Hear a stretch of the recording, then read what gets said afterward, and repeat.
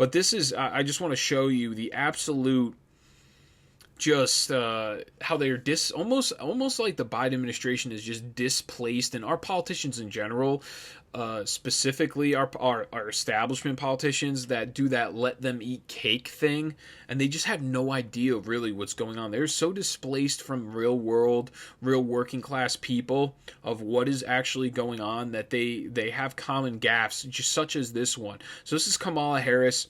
She's talking a little bit about the coal industry, and just hear what she has to say. She calls the coal mines, she calls them landmines. Play clip 3. Job creation around, for example, all of those skilled workers who are in the coal industry, and transferring those skills to what we need to do in terms of dealing with reclaiming abandoned landmines, what we need to do around plugging leaks from oil and gas wells, and transferring those important skills to the work that has yet to be done that needs to get. You got to disarm those landmines, I guess. I don't know.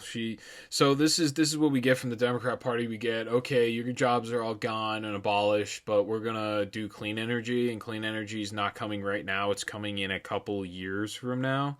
So you could have had an illustrious career for about 20 years, but that's when we're gonna start enacting a lot of our clean energy proposals. We're gonna have much more of that as batteries become more powerful and all these other forms of electricity or power become more efficient.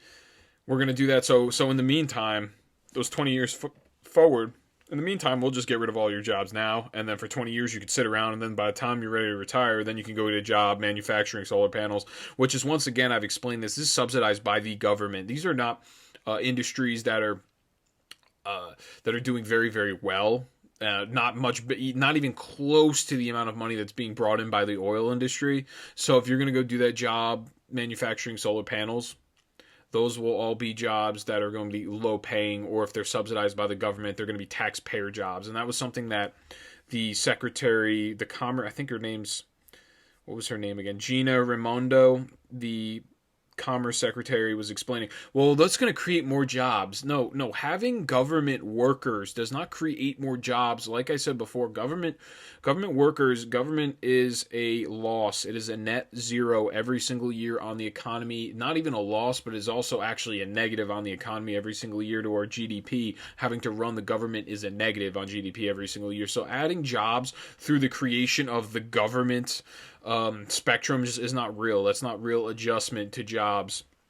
It's artificial jobs. They don't really count towards job creation. It's just more taxpayer dollars getting thrown into government programs and government subsidies, when the private industry was doing just fine on its own, lowering their own carbon emissions.